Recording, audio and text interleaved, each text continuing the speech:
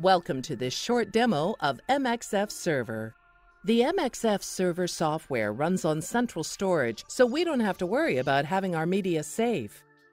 In here, we've got Avid, Final Cut Pro, and Adobe Premiere all running on one media platform, the MXFServer. So one server for all systems, Windows and Mac, and on one central storage for all. We first start the MXFServer client. During start, it checks on its connections and performance. I can now log in with my username and password or use my Active Directory access. That'll bring up the main screen. If you're an editor, the next steps show you how to work with MXFServer. Select your Edit tool and then select the project you'd like to edit and drag it to the main project area. On the server, your workstation's virtual folder is now connected to the project and you're linked into the original media. However, you cannot change or accidentally erase them as they're virtual only. If you'd like to use media, music, or sequences from another project, connect these as a sub-project. Push the Edit button and your editing software will open. You can also connect or disconnect sub-projects while editing. MXFServer makes it possible for editors to work in multiple projects with multiple users at the same time. That's because of the MXFServer bin locking system. For example, in Avid, you can lock a bin and also see if a bin is locked by whom and on which edit set. An editor can play, read, or steal media from a locked bin, but can't change or delete.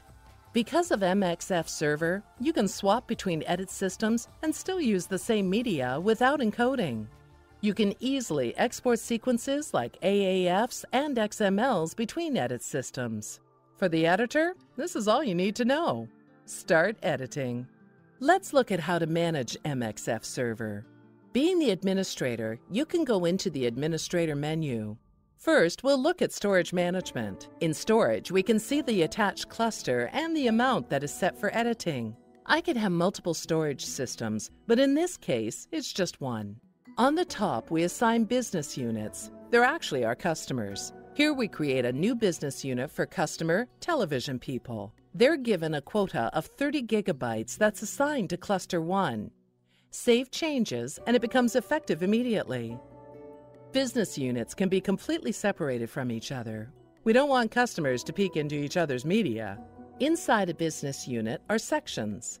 A section will have its own quota and is part of a business unit and pops up among the other sections. Inside a section again, you can have programs. A program is a part of a section and has its own allowance for quota. So let's have a look at those quotas. We do this in the global overview. On top, we see the total disk space available and the amount reserved and used by projects. I think the quota overview is more useful to me as it shows what amount of storage is reserved for my clients. And when clicking on it, shows also the sections underneath or even deeper down to the level of individual programs. I can change the quota dynamically, but if I really want to see what's happening, I push the Excel button that gives me an Excel file of who's been using what. It can also be used to bill customers if they take up more storage or longer than was agreed on. We are editors, but we're also in the business of renting storage to our customers. Now that we've got our clients and storage organized, we come to the users. There are users and functions. Functions can be any name you think of, and you'll grant them rights. There are browsers, editors, chief editors, media managers, and so on. You can set what each of these functions allows them to do. Okay, save and done. Now for the users. Let's create a new account. By enabling the account, it becomes active immediately. Next, we select a business unit Peter is allowed to work in and set his function for that specific business unit. In Curta TV, Peter will be a producer, which mainly gives him browsing rights. Typically something I would do for external users browsing over the internet on the MXF Media browser. MXFServer makes it easier to adopt your organizational model and workflow. The general settings allows for system-wide values like quota alarm levels and other tailoring to your workflow.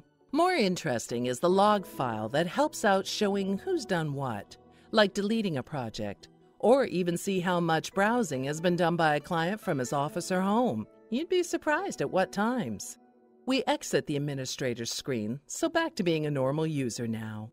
With our password and username, we have access to several business units. Let's select Film Partners, section Promo, and then go for Music. This is just a way of selecting the program you want to work in. Let's create a new project. First, we select the default editing application and select a template with a base project. With the MXFserver, you can create your own templates suitable for your workflow. So here's our new project that we call Episode 1. You have a range of project info like broadcast date, planning, voiceover text, and many more, like status of the project. With this project data in the MXFserver, it's easy to create your own workflow and quickly find the information you need. For ingest, you can use Avid, FCP, and Adobe Premiere Pro's own ingest and capture tools. Besides that, MXFserver offers its own ingest platform that handles file-based ingest for common formats like the XD-CAM family, P2, AVC Intra, QuickTimes, and many other file-based formats. The MXFserver project handles both AMA and imported files. A range of MXF formats and growing files from ingest devices like EVS, DVS, and Telestream are supported. Media is ingested, indexed, cataloged, and can be backed up safely. The MXFserver ingest module lets you select individual files or a complete group to ingest directly as a background process while you keep on editing. With MXFserver, you can be ingesting and editing at the same time and even use your ingested files directly. And all your ingesting can be used by other users as soon as it gets in, not only for yourself. If the optional MXFserver Lotus encoder is installed, proxy files are generated at the same time for use in the MXF Media Browser. The MXF Media Browser is a high-speed browsing tool to select files, create clip lists, or to preview your media and create sequences for editing. The MXF Media Browser works directly with the MXFserver files. The MXF Media Browser can be used on-site or remotely and can even work with Dropbox and SkyDrive. In the MXF Media Browser, you select files and create an edit list. Push Load Video, select your project, and double-click on the media you like to browse. You can play the media by using the well-known general shortcuts or with the buttons in the MXF Media Browser. Give an in and out point to your loaded media. Name the clip, type in comments if you want to, and save it to the clip list. Create as many clips as you like into the clip list. You can move the order of the clips in the list by using the arrow keys. Play the sequence from any point in your list, and even adjusts any of the time code given. Exporting and importing EDLs to and from Avid, FCP, and Adobe Premiere Pro is a basic feature.